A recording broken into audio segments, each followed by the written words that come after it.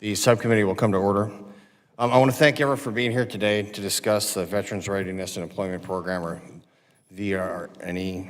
The purpose of this program is to assist veterans and service members who have service-connected disabilities with on-the-job training and education and skills they need in order to obtain meaningful employment to live full, independent lives. When this program is appropriately administered, VR&E is more than just a benefits program. It's also a vital first step for disabled veterans to become more financially independent and give back to their community and achieve their own American dream. I used VR&E to go to law school at the age of 50, and it led me to Congress, so maybe we should cancel this program. That's a joke. I'm seriously this job, right? Yeah, he got it. Like, he's the only guy that got it. So, unfortunately, VR&E has been at a crossroads for several years, and unfortunately, it's been abused by a lot of folks. And I'm very thankful that over this last year, our team has been able to investigate some of these potential fraud, waste, and abuse cases. And it includes site visits to Detroit, Muskogee, Buffalo, Baltimore, and just last week, the folks got back from San Diego, and what they found is truly disturbing. We're now seeing an unprecedented increase in wait times and an increased burden on counselors with higher caseloads. There's got to be a better balance of priorities in the program to make sure that veterans get what they need, while also ensuring that the VA is a responsible steward of the taxpayers' investment. And I found that this is a responsibility that VA has a profound and constant inability to perform the oversight function. But I'm also going to point the finger this way. We have an oversight responsibility. You have an oversight responsibility, and I think both sides of this fence have not been meeting that. Finally, my staff has also seen some data that veterans have been in this program for over 20 years, and many veterans are using more than $250,000 in benefit payments. And one veteran in Boston spent over $350,000 in 18 months. Another veteran in Los Angeles has spent $895,000 in 6 years and is still in rehab to employment phase of the program. If anyone's concerned about funding for veterans, they need to be concerned about what's going on in this program also. And cases like this are a direct result of VA granting entitlement extensions past the 48-month limit mandated by law for VR&E recipients, well over 99% of the time, are not doing their due diligence on the program. In fact, the VA committee last month found out that since fiscal year 2024, 62,355 extensions were approved, while just 59 requests for extensions were denied. And that's statistically impossible for that to be a functioning number. It's just absurd. I'm looking forward to hearing from the VA about the real-life examples that constitute granting a waiver. On paper, bureaucrats may just be completing a check-in-the-box exercise instead of completing a thorough review. Additionally, we heard numerous concerns about long wait times. The current wait time for a veteran to be seen by a counselor in San Diego, Oakland, and Albuquerque is over 100 days.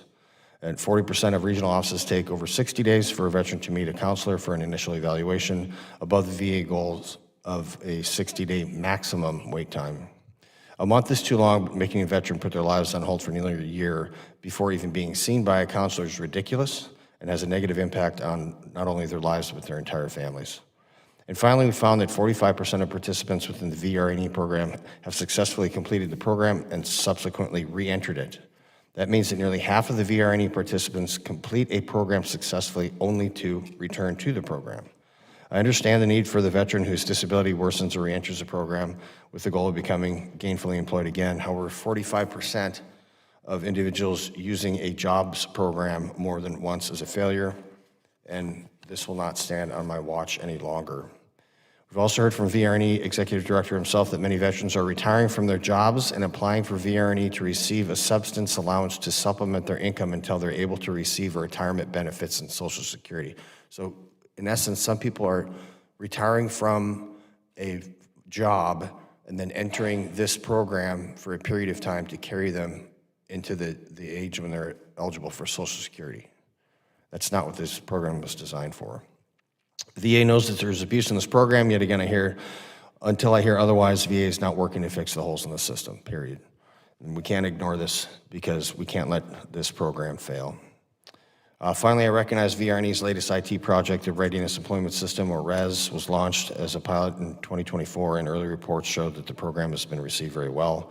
I know that VA states they're finally on the right path with the new case management system. However, I'm skeptical, as this undertaking will now span a term of 4 administrations, and we all know how good the VA is at wasting taxpayers' dollars for IT failures. As a matter of fact, they have a 0% rate of getting IT projects right. Ms. Devlin, I got to tell you, I know you just got here. We met the other day in our office, and as discussed, this is how I want this hearing to go.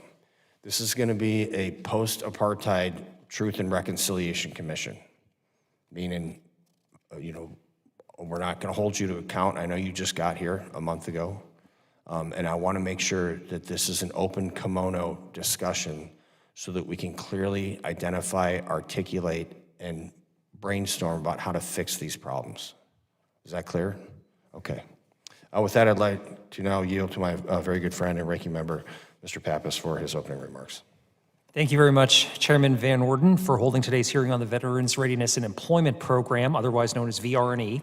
We know VR&E is designed to help disabled veterans gain meaningful employment and independent living after their time in service. However, this committee is rightfully concerned about the overall outcomes and effectiveness of the program based on data about its performance and issues veterans have raised about response and wait times, among others. And I hope to learn more today about the ways in which we can improve the program so that service-connected disabled veterans are receiving the support they need and have earned, and ensure that their transition to civilian life is a success. One area that I would like to focus on is the caseload ratios for counselors, which since 2018, VA established should be at 125 veterans per 1 counselor. Since the passage of the PACT Act, however, caseloads exceed this ratio nationwide, and in some areas the ratio is currently 204 to 1. Additionally, in many regional offices, a veteran waits on average a month or more to meet with a counselor, with Boston experiencing an average wait time of 33 days, Phoenix 68 days, Atlanta 77 days, and San Diego 159 days. This means that veterans are waiting longer, counselors are being strained, and veterans are not receiving the best quality of services, and we need to fix that. So while improvements can be made to the program overall, the solution to truly ensuring veterans are accessing and able to make the most of the VR&E program comes down to one critical factor: staffing. For example, VA recently brought down the wait times in Southern California, brought them down dramatically, and the solution was more staff to lessen workload per counselor, process veteran information faster, and give veterans specialized attention and resources that they require. I'm also aware that VA is in the process of modernizing its case management system and implementing the use of AI tools such as the electronic virtual assistant to help schedule appointments with counselors. While these initiatives surely will help make casework more efficient, it's highly unlikely that this will be enough to help VA keep up with the expected increase in caseloads as VA itself has forecasted. We also cannot expect VA to improve its performance in the already understaffed program, with VA's recent announcement projecting an expected loss of 30,000 employees by the end of this year. We also acknowledge that VA counselors in general have a high turnover rate, but that's mostly because their caseloads have become unmanageable. So I share the chairman's concerns about veterans staying in the VR&E program for a long period of time, but I don't necessarily agree that instituting time limits is the correct course of legislative action. VR&E counselors do need flexibility in determining individual veterans' situations and circumstances, rather than putting additional administrative burdens on them to prove why a veteran needs more time.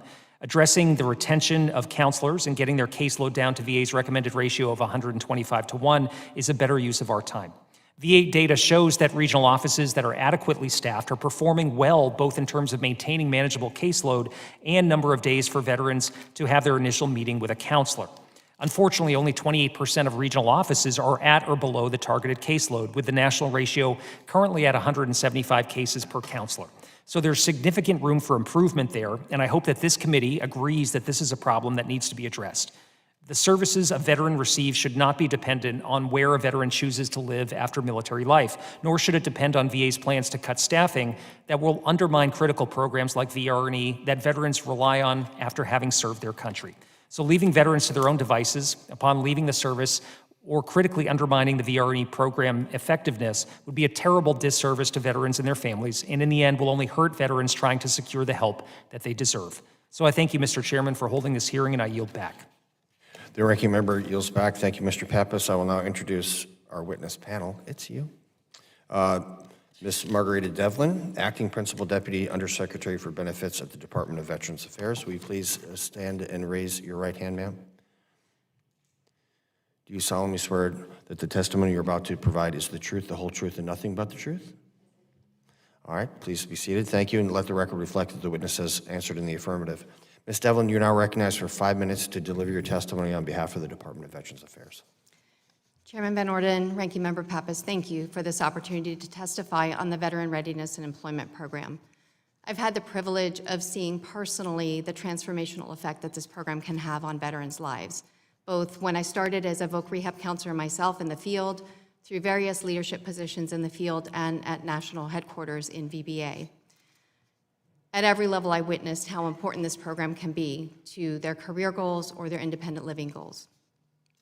During the first Trump administration, I served as the Principal Deputy Undersecretary for Benefits, and at that time, we worked diligently to get to the 1-to-125 ratio. So it was disheartening to see that that has unraveled. VR&E's workload has dramatically increased.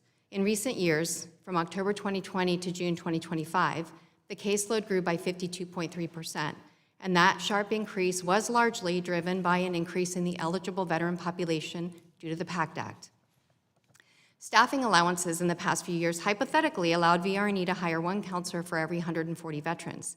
However, this is in sharp contrast with VR&E's actual caseload ratio, as you mentioned, of 1-to-175, when factoring in the current caseload and the onboard number of counselors. Despite these challenges, VBA has made meaningful progress in the past couple of months. We've worked to accelerate eligibility determinations to make sure veterans are getting the timely support that they deserve. And we've increased oversight over the program. VBA leadership at all levels are being held accountable for the performance of this program so that veterans receive the care and benefits that they deserve. VBA is addressing the increased workload in several ways. We deployed a help team to reduce pending applications at several stations to help expedite entitlement determinations.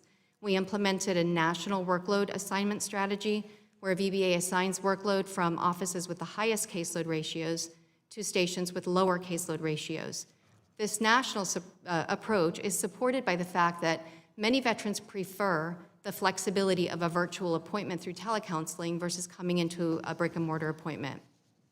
This helps us balance some of the workload demands across the available capacity. We also provided additional contract counselor support to help some stations with higher workloads. We've seen a huge difference across the nation from the cumulative effects of these workload management strategies. For example, in one regional office, we reduced the average days pending an applicant status from over 200 days in January to an average of 39 days as of the end of June.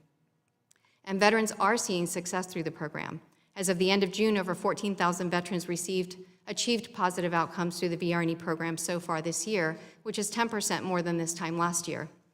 Employment is tracked as a subset of all positive outcomes. An employment outcome is when a veteran finishes their training and gains suitable employment. As of the end of June, over 7,000 veterans achieved successful employment outcomes through VR&E, which is 15% above VR&E's stated goal for this point in the year. VBA has successfully deployed the Readiness and Employment System, or RES, to all regional offices in the Southeast and Northeast districts, and we're on track to deploy the Continental and Pacific districts by the end of September. RES has already shown measurable results. RES application automation improved processing time from 7 days down to 3.4 days in the pilot, and currently is at 2.3 average days for an eligibility determination. This doesn't only expedite that decision-making, but gets veterans quicker to a counselor for their first appointment.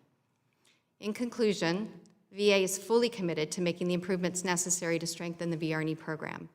At the heart of all this is one goal: ensuring that veterans get the support that they need, when they need it, without lengthy wait times.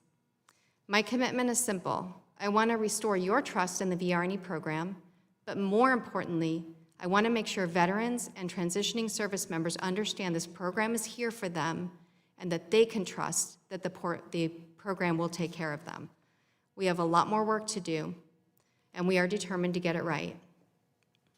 Mr. Chairman, this concludes my statement, and I welcome any questions you and the ranking member and any other committee members have for me. Thank you, Ms. Devlin. The written statement of Ms. Devlin will be entered into the record. We're going to proceed to questioning now. Everyone's going to stick to the 5-minute rule. I now recognize Ranking Member Pappas for 5 minutes for questions. Well, thank you, Ms. Devlin, for joining us. I appreciate you being here, and I appreciate you also relating your experience as a voc rehab counselor. And that's all valuable perspective, but I also noticed that the executive director of the program, the one program that we're discussing today, is not at this hearing. Mr. Pamperin led the program during record-setting enrollment, during the PACT Act, the development of the RES scheduling system. In fact, the reason I think we're holding this hearing is because the chairman and Mr. Pamperin had a back-and-forth line of questioning at a hearing a few weeks ago. And so I'm wondering if you can answer the question why Mr. Pamperin is not at this hearing today. Yes, sir. Thank you for that question. So Mr. Pamperin is in charge of the VR&E service program. But as I'm currently performing the delegable duties of the Undersecretary for Benefits, I'm also responsible not only for the VR&E program, but for the Office of Field Operations.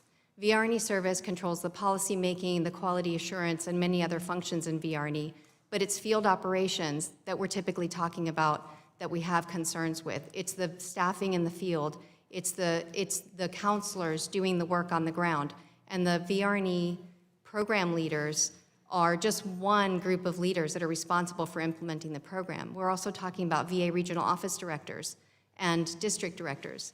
Those people don't report to Mr. Pamperin, they report to me. Well, I don't doubt your oversight and your involvement in the program, but he is the named executive director of the program. There are 4 additional seats at that table, and one of them should have been filled by him. I'm wondering if we can get into the detail of some of your testimony and talk about the extended enrollment times that we have seen. The chairman has brought to this committee's attention a few cases in which veterans have been in VR&E for far longer than the policy ever intended. Can you help us understand why there are times that veterans might need to stay in the program longer than just the average time?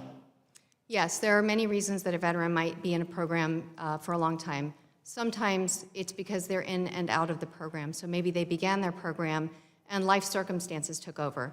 It could be a worsening of their disability conditions. It could be some other life circumstances. It could be a geographic relocation. It could be an accident. It could be a family emergency. It could be a whole host of reasons that could interrupt that veteran's program. And then they can return when those issues are resolved. I've seen a case, just a veteran who was rehabilitated just July 8th, and that veteran was in the program for a few years, had to take time off because of disability conditions, and then came back years later and was able to graduate the program in May, get a job in May as a human resources manager, and is successfully rehabilitated. You might look at that on the surface and say, well, why was that veteran in the program so long? But they needed to take the time off for those medical conditions to restore their health. Well, thanks. And are veterans paid by VA for the entire time period that they're in the program?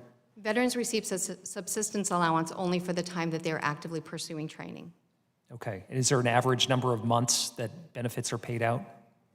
Veterans are typically entitled to up to 48 months of entitlement for payment of subsistence unless an extension is granted. Okay. And are there just the most common reason why a veteran might exceed that 48-month time frame? Typically, it's because they have what we call a serious employment handicap, which means they have significant barriers to employability above an employment handicap that requires them to have additional months of training that they might need to become employable and compete with other people for that same occupation. So when a veteran enrolls in VR&E, what's the process and how are counselors assigned to that veteran? Counselors are typically assigned based on geography, where the veteran applies. As I indicated earlier, however, because of our capacity issues, we've assigned veteran applicants to counselors that have availability so that they don't have to wait.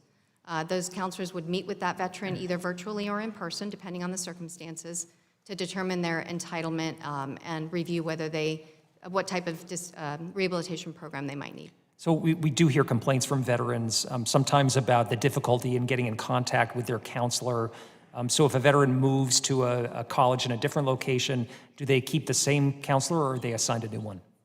It depends on the changes and the capacity of the VR&E office. But if a veteran is having a hard time reaching their counselor and they've left a voicemail message and not gotten a return call, I would encourage them to call our main number because we can warm transfer them to the VR&E office and see if somebody else in that office can make sure that they get taken care of. Okay. And my time's limited, so maybe we'll come back in a second round, but thank you, I yield back. The gentleman yields back. The chair now recognizes Mr. Baird for 5 minutes. Thank you, Mr. Chairman, and thank you for being here today. Appreciate your testimony. I'm learning a little bit more about this program, along with several others that certainly VA has, and continue the mission that we owe to our veterans.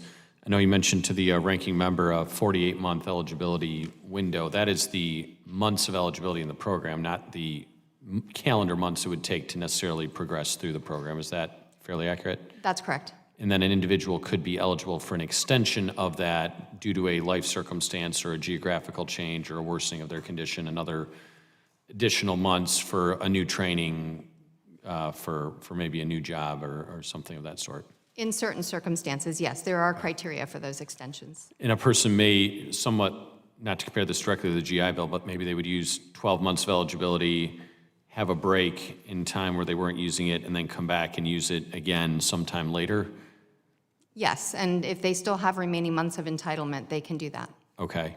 And I know that, I believe in some of my analysis before me, it said something like there were some veterans in this program for since the 1990s, I think. Is that some of what, is that starting and stopping, or is that people getting new benefits that have been awarded to them due to a change in circumstance? Yes, thank you for the question. So in my oversight, I've been looking at those cases, and I've been asking the regional office directors to look at those cases. And what we found is a combination of things. Some of the cases of veterans who seem to have been in for many, many years, they've been in and out of the program to the point of actually having their cases closed, where they're no longer an active case in our program, and then they come back sometimes years later and they reapply. When we look at their cases, we see the life of their participation, even if they left the program for several years and came back. Okay, so the individual, I think from 1991 or 1992 that we were alerted to would be somebody most likely, without speaking to that case specifically, but in general would be somebody who may have had some number of benefits 30 years ago and then had time off from that, and then maybe had either a worsening of their condition, a geographic relocation, or another change of life circumstance that would necessitate them re-entering the program and reopening that up at some point more recently. Right, without seeing the case specifically, I can't speak Yeah. to that case, but yes, it could be any host of those But things. the window of time would suggest that this person had been in the program since 1990, whenever, when in fact they may have had possibly some months of eligibility then, and then some months of eligibility today, but the entirety of that would be shown up on a report somewhere. Yes, that's correct. Okay. I appreciate that background. And then could an individual use this? Is this just for upskilling, or could it be for higher education, advanced degree fields, things of that sort as well, sort of like the GI Bill? So the way the statute is written is it's for a vocational goal. So whatever that veteran's career goal, it's the educational level that they need to be able to compete for entry into that occupation. So if that occupation that's within their interests, aptitudes, and abilities requires a bachelor's degree or a master's degree, or in some cases, non-college degree, some technical Right. training, that would be the level of training that they would be approved for to participate in. And is there mostly, I know we have a lot of GI Bill eligibility of differences and things like that. Is there a lot of overlap between a program that would be GI Bill qualified and would be qualified under this program as well? Recently, actually, VR&E tightened up those guidelines based on an OIG review, and the only types of training programs that a VR&E counselor can authorize for a veteran must be also approved for the GI Bill. The only exception is if they want to approve a special school, it has to come up all the way to the VR&E service director for review. Okay, so it would have to, it's not the other way around, though. The GI Bill doesn't have to be through VR&E. The VR&E would have to be a GI Bill approved institution for, That's correct. For qualified. Okay. Do we pay the full freight for that program if it's GI Bill eligible, if you're VR&E eligible? So GI Bill has different rules in place for how much tuition can be paid Yep. for, but a VR&E participant would get 100% of all tuition, books, fees, and supplies that are necessary for them to complete the program. And the living stipend As well as the living stipend, which they can elect the Chapter 33 rate if they have that eligibility. Okay, up to 48 months of eligibility, which could be academic months, not calendar months? Correct, it's academic months. It's the months that they actually receive subsistence allowance. Okay, thank you. And then my last question, in just the brief time I have available, some of the automation that you have in the replacement of legacy systems, do you feel that that's going to offload some of your staff workload to kind of open up more bandwidth for them? It's definitely going to help. We're already showing that it's eliminating gentleman's about time has expired. 6,000 hours. The gentleman's time has expired. The chair now recognizes Mr. Margarita for 5 minutes. Thank you, Chairman.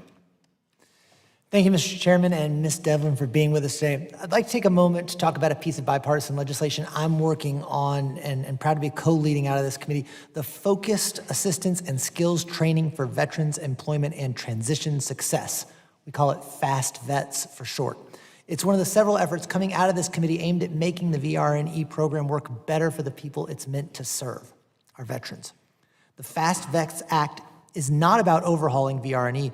It's about restoring integrity and ensuring counselors aren't given unnecessary workloads. This bill puts in place common sense guardrails. They respect veterans' time, counselors' capacity, and taxpayer investment. Because a well-crafted plan is more than a piece of paper. It's a promise. So, Ms. Devlin, let's say that Jane Yoakum from VFW Post 8639 in Louisville, Kentucky is approved for a vocational rehabilitation plan, but later wants to change it. Something happens. What exactly are the counselors looking at when deciding whether to approve that change? That's a really great question. So that's considered a redevelopment of a plan. And the counselors do have the authority to review the plan with the veteran. In fact, they must review the plan with the veteran at least once a year to make sure the veteran is on track. A veteran who wishes to change their program simply because they wish to must undergo a review by the counselor to determine that they're not going to be wasting basically months of entitlement on training that would no longer be viable. What usually happens is there's a change in circumstances in that veteran's life. It could be disability related, it could be geography related. Occupations are different in different parts of the country. And in those cases, the VR&E counselor would work with the veteran to make sure that they can leverage the months of entitlement they've used while redeveloping their plan to the new vocational goal. Right, because things happen, life happens. But are those criteria consistent across the regional offices, or is my example, I use Jane Yoakum from Louisville, Kentucky, is that experience going to depend on where the veteran lives? It really depends on that veteran's circumstances. This is a program for veterans who are all individuals with their own unique circumstances, and the career goals that they're interested in are unique as well. So I would say it's tailored to the individual. So let's say that FAST VETS is enacted and plans are only changed if there's a real need, like when the plan isn't workable or no longer fits their situation, like you were just describing. What new protocols would the VA need in place within the first year? That's a great question. If this was enacted into law, we would need to put procedures in place that would have the counselor documenting why there was a circumstance that required this change versus it being just a request by the veteran, which is, I believe, what you're aiming to achieve with this bill, if I understood you correctly.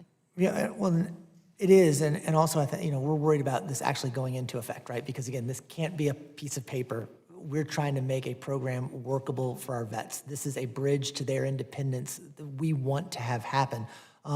So at least if this gets going, can you commit to issuing updated guidance for counselors and sharing that data with this committee on the redevelopment rates and rationales? Absolutely, yes. Perfect. And in your written testimony, you noted that the VA is currently short 387 vocational rehabilitation counselors that's necessary to meet the VA's 1 to 125 target counselor to veteran ratio. Given that only vocational rehabilitation counselors are authorized to make redevelopment decisions for veterans' rehabilitation plans and not other employees like vocational rehabilitation specialists, what steps is VA taking to prevent burnout and to ensure these important decisions aren't being rushed or missed? Thank you for the question. That's one of the reasons we implemented the national strategy of caseload assignment, so that we can make sure we're not burning out the counselors in the jurisdictions where we have increased veteran workload that they can't manage. I will tell you that the President's budget for fiscal year 2026 does allow for an additional 403 counselors. Thank you, because like I said, this is about keeping promises, right? This is about making sure that our veterans have the resources they need to get back into the workforce to build that bridge to independence. And if we want VR&E to be a bridge to that independence, We need clarity, we need consistency, we need accountability.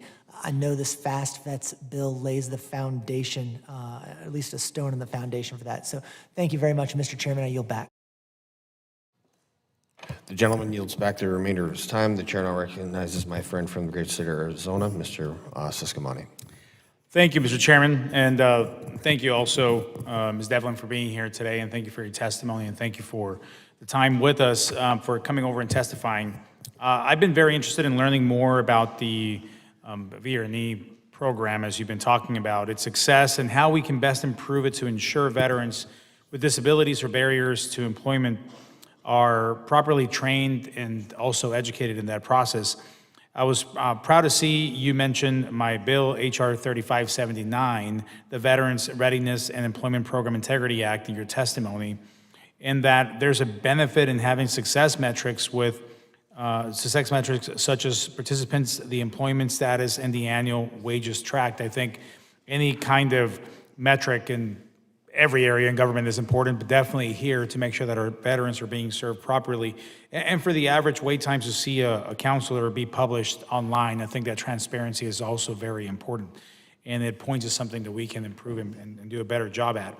So a quick question here. One key issue that I often hear about from my constituents are the long wait times that associated with VA services overall. At the Phoenix VA in my home state of Arizona, the average wait time for a VR&E appointment is around 114 days.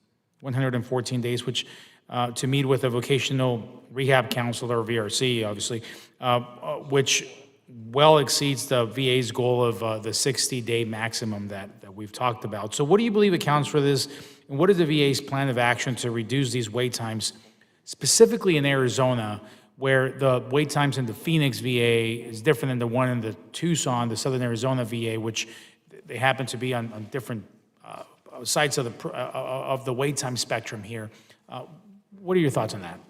Thank you for the question. So I will tell you, though, we've improved the wait times in Arizona. It's down to just a little over 41 days now. In the Phoenix VA specifically? Arizona as a whole. Arizona as a whole. Yes. Yeah. What we're doing to improve that is we're using a national strategy for reassigning cases. We have some stations where the counselors are at either 1 to 125 ratio or less than that, and so we have greater capacity there. So we're using virtual counseling capability, where the veteran has a virtual counseling appointment with a counselor. It doesn't have to be a counselor in Arizona. It can be a counselor in any one of our stations that has capacity. The goal being to get them their entitlement decision quickly so they don't have to wait to get into a rehabilitation program. And they take this from home, or Yes. yeah? Yes. Excellent, okay. Well, that's good. Thank you for informing me of that. You know, the experiences that I hear about from our veterans at home between one of the VAs, the Tucson one or the Phoenix one, sometimes is very different. So I'm interested in looking more into the 41-day average, I'm assuming, that is between both VAs, which I'm assuming that the wait times in the Tucson VA help the average out from what I'm hearing from Phoenix. But the wait times, specifically in the Phoenix one, continue to be high from what from the information that I have. So I want to make sure that we tackle that. I think I may have time for one more question.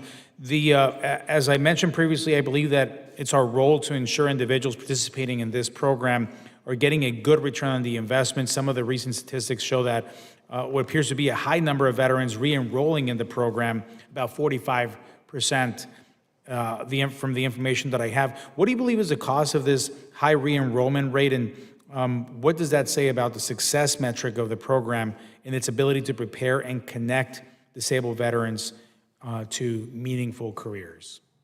Thank you for the question. The statute does allow for veterans who were previously rehabilitated to obviously reapply and to be considered for the program again. If their disabilities worsened or that for some other reason they can no longer perform the occupation, they may be found entitled to another program of services. It's not a continuation of their previous program. It is a new program because that employment that they were suitably employed in is no longer going to work for them. So it's considered a re-enrollment, but it's nature of a new experience, a new enrollment, a new result, I'm assuming that they're waiting for? It does require, yes, it requires a new rehabilitation plan with a new goal. Okay, excellent. Well, that's all. I've got one more, but we can do that later. Thank you, sir. Appreciate it. Yield back. Gentleman yields back. Ms. Devlin, I just want to, what happened? Like, what happened over the last, insert months where this seemed to kind of spiral out of control? Can you give me the Reader's Digest on that one? Well, the main thing is the ballooning of the workload because of the PACT Act making more veterans eligible to apply. And those veterans are predominantly in certain states have a higher veteran, population, so those stations got impacted So more. I wasn't here. Were you here for the PAC Act, Chris? So was that thought of? I mean, was this predicted in the PAC Act? By the way, we're going to have more guys and gals, and therefore we're going to have more counselors for VR&E. Sure, was anticipated. Okay, so then we're just failing somewhere along the lines. I want to talk to you for a second. You said you need 387 additional counselors on top of what's in the president's budget? Yes, sir, that would be to get us to the 1 to 125 ratio. Okay, so you're saying you need roughly 800 counselors, is that right?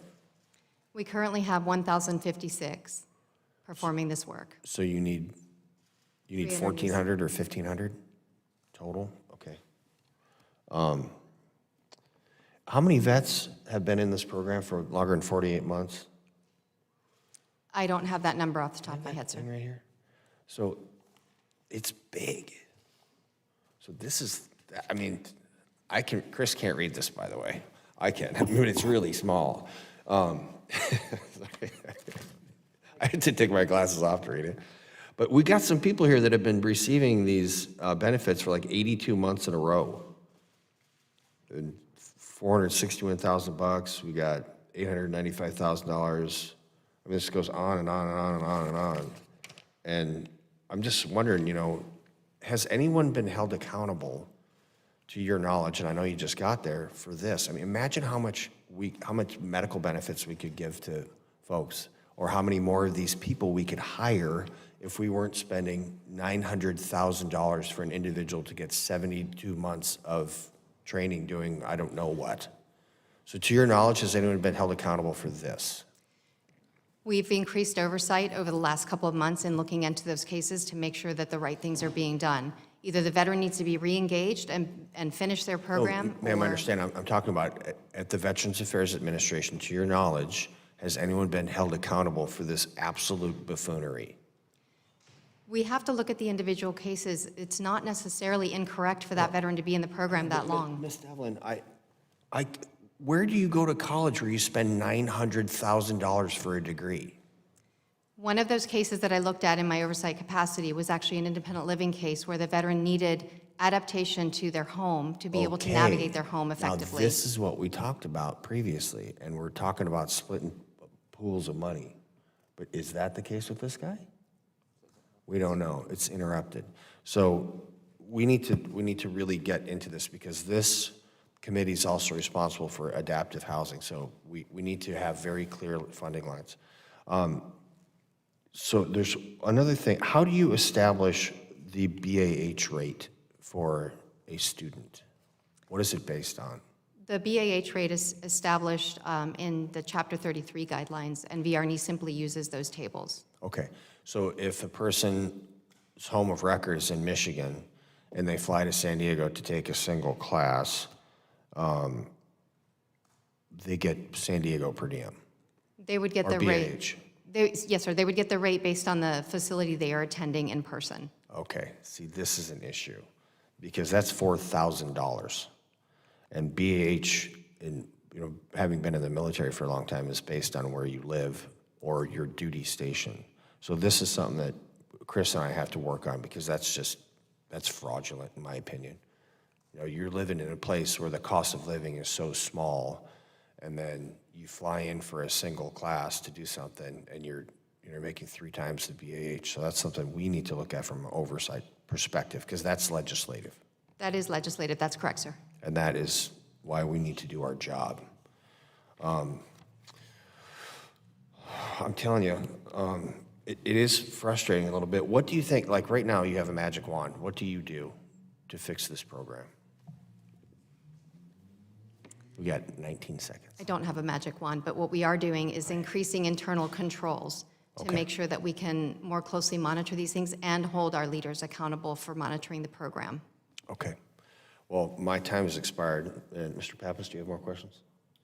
All right, we will do a second round of questioning. Mr. Pappas, you're now recognized for 5 minutes. Well, thanks very much. I know that my colleague, our friend Mike Levin, used to sit in this seat and was very much focused on what was happening in San Diego, where the numbers were far greater in terms of wait times than what I would see in my region of the country. The regional office for VR&E in my region in Boston, the wait time's 33 days. But I understand that progress has been made at San Diego. I know that was in your testimony. Can you drill down a little bit on that in terms of what tools have proven successful there? I know you talked about the virtual counseling capabilities and redistributing work. And if you could also talk about whether that has met with veteran acceptance along the way, and that's a path that veterans are okay with choosing, it would be great to hear that. Yes, with San Diego specifically, we deployed a help team of 11 people. These are people who were recently put into quality assurance positions, so they're some of our best counselors. And they dug in and helped San Diego first. And then we also did the reassignment of work for the virtual counseling. We've not heard any complaints. Veterans seem to really appreciate the availability of virtual counseling, and truthfully, it's seamless to them where their counselor sits, as long as they get the counseling appointment that they need to get entitlement and get a rehabilitation plan developed. Okay. So it appears that progress was made in part by making sure that ratios were in a much more acceptable place than they previously had been in San Diego. Is that right? Yes, ratios were adjusted based on moving the workload to the people that we have on board. Okay. But it appears that you can't fully get there nationally and address those ratios without the additional people that you indicated you need for the program. That's correct. Okay. And as enrollments increased since the passage of PACT, obviously staffing became a challenge and didn't keep pace. And I'm wondering if you can reflect a little bit more on why that was the case. The VR&E division and the field offices did do some hiring over the last few years, but they also had some attrition. And I will say that the field of rehabilitation counseling as a whole is not a growing occupation. So that's why the new position of voc rehab specialist was created, so that different bachelor's degrees, for example, in other human services occupations could be considered. But the previous administration had to make decisions, and they made decisions about hiring based on disability claims processing. So the priority was given to hiring of disability claims processors versus voc rehab counselors. In terms of the work that counselors do, obviously you can look at it in terms of numbers and having caseloads in the right place that might provide them with a better working environment and an ability to help veterans in a more timely fashion.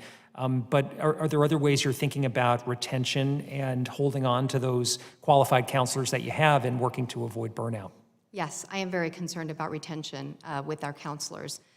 I've recently convened a group of leaders from the field, regional office directors, assistant directors, and VR&E officers, to meet with me to give me recommendations on how we can make improvements in the field. VR&E Service has done some great work, but really the field is where the rubber meets the road, and those are the people that I need to hear from directly. So we've started meeting and discussing what to do to improve the program as a whole, and also to improve things like retention and recruitment. Okay. That's it for me. I'll yield back, Mr. Chairman. Thank you, Ranking Member Pappas.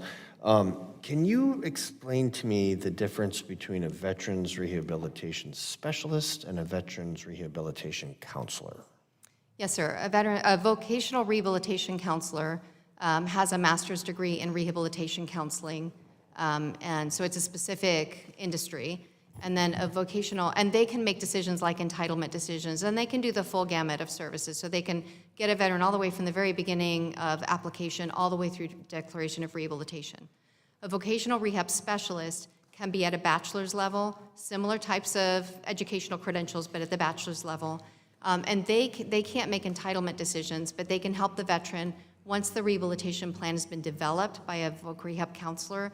They can help the veteran throughout the lifetime of their case, all the way through declarations of rehabilitation or discontinuance if the veteran stops participating. And so what's the ratio between a specialist and a counselor? Like how many specialists do you have compared to counselors? Well, you know, I have the combined number. It's 1,056 of the two combined. I'm sorry, I don't have the ratio between the two. In your professional opinion, do you think you need a master's degree to pull this off? Sir, I think that what the master's degree gives us, I have a master's degree in rehabilitation counseling, and the training that you get in those master's degrees is how to really take a look at the disability conditions and the occupational areas and all of the supports that a veteran might need to achieve rehabilitation and overcome those barriers. Other occupations, such as social work, for example, might be more comprehensive in the clinical sense, but less focused on the occupational sense. Well, Ms. Devlin, I would posit that if you have a 45% recidivism rate, that's the wrong term because they're not going to jail, but if 45% of our veterans are returning, I would say that maybe we're not getting the money or the bang for the buck with a master's degree. So if someone is, if they're missing the mark 45% of the time, so what we're trying to do, if you need an additional 400 folks, that's going to be really hard to produce these people. So what I need from you is I need the ratio. And I'd like to see the specific differences. And if you don't have it in front of you right now, just get it to me. I want to see the specific differences in authorities because having done this myself, and my counselor, her first name was Ann, I won't say her last name, but it was awesome. You know what I mean? I don't know if she had a master's degree or a bachelor's degree, but she was great. And then seeing people along the way, I just think that what we're doing is we're requiring an educational, we're setting a standard for an education that's actually limiting our ability to hire people. And I don't see an appreciable difference between the two right now. And I don't want this to be a program that is hampered by an artificial requirement. And the Secretary of Defense and some other folks have removed these requirements for GS levels. You have to have a bachelor's to be this and a master's. Okay, that's been removed through a lot of these different career fields. And I think that's something we need to look at here, just because of these things. I mean, we have empiric knowledge, experience-based knowledge now that this is something that needs to be looked at because, to my ranking member friend's point, we want to make sure that we can get everybody what they need. You're good? Okay.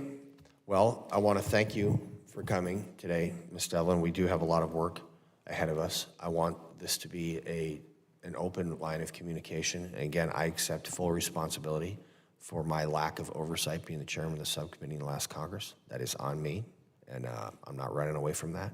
I know that you have personally assured me, and I'm going to take you at your word, that you will increase your oversight, and I'd like to be able to exchange ideas on this. Again, this is a fantastic program, but it is rife for abuse, and it is too easy to defraud this program. And we want to make sure that we hyper-focus these dollars, because this, I mean, how much is it? $72,000 a year? I mean, we could essentially fund everybody you need if we got rid of the what is clearly fraud. I mean, we can say whatever you want, but it's not. You don't spend $900,000 to not have a bachelor's degree. It's just not it. And then we're also going to work on splitting off the adaptive home thing, because those are super important too. I mean, if that veteran loses their legs or arms or whatever, we need to do that.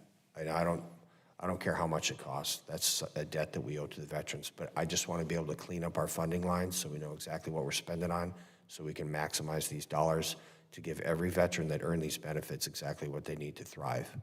And I would like to yield to my ranking member if you have any closing comments, sir. No, thanks. I think we generally agree on the challenges here, and I'm grateful to hear some of the ways that you've made some progress at realizing better numbers in certain locations around the country, including San Diego, and I think there are important lessons to be learned. So in addition to rebalancing caseloads and having better internal controls and providing the best training possible, it's clear this is an issue where we need more people. We need more counselors and support staff in order to get to those ratios that are acceptable so that veterans aren't waiting far too long and are getting the help that they deserve. So I know I want to work with you on that to help get you the support that you need and deserve there. And I'm grateful for your reflections and want to continue to make sure we're engaging the veteran community in terms of their own satisfaction and trust with respect to this program, which is a real game changer, as you said, Mr. Chairman. I'm glad that this support is there. there. We've got a ways to go to make it better. Certainly, we have to pay attention to those cases where fraud is possible or where it may be happening. But as you say, there are complex cases out there, and I think we need to make sure that we're focused on the big challenge here, which is ensuring that the increased number of veterans that are moving through this program get the help they need. You can't get there without people and having the right staff. And so I remain committed to providing that as best I can. I yield back. The gentleman yields back, and Ms. Devlin, again, thank you so much for coming today. I appreciate it. It's kind of lonely sitting out there by yourself, but you did a bang-up job. I ask unanimous consent that all members may have 5 legislative days to revise and extend their remarks and include extraneous materials without objection so ordered. This hearing is now adjourned. And I'd like to see all the sailors up here, please. I'm talking to you.